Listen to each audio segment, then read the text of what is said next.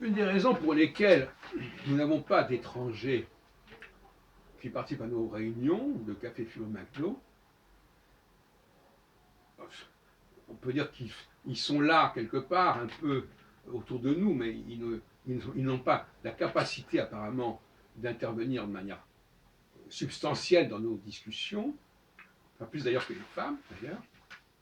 Certains diront que c'est purement un hasard que ce soit comme ça, moi je ne crois pas du tout. Mais on peut expliquer tout simplement les choses ainsi. Nos cafés Philo McDo sont assez éprouvants.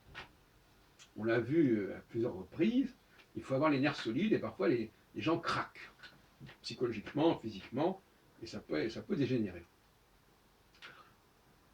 Donc,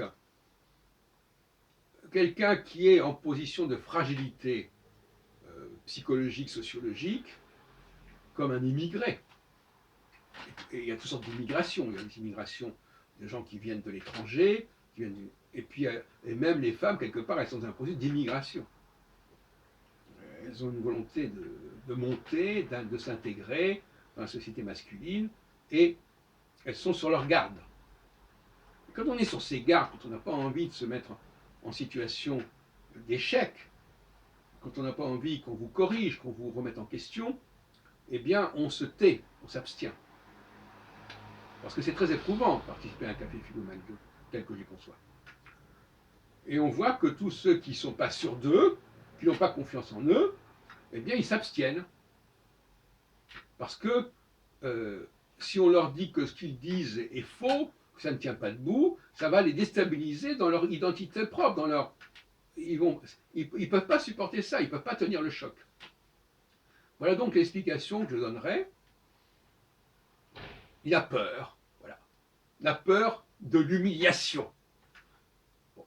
Les gens qui sont bien dans leurs bottes, ils n'ont pas peur d'être humiliés, parce que tout simplement, on doit pouvoir progresser, on peut avancer, il est logique d'avancer.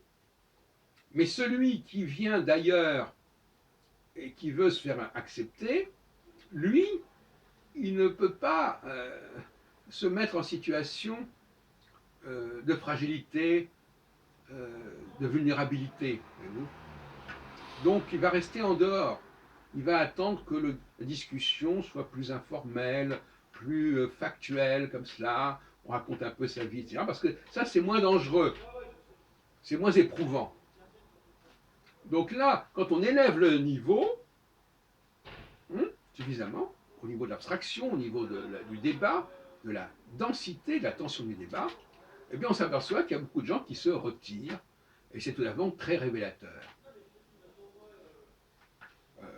Ça n'est pas forcément dit comme ça, mais quelque part, ils se disent « Ah non, je ne vais pas aller là-dedans, c'est trop risqué. » Trop risqué pour mon identité propre, pour mon ressenti propre.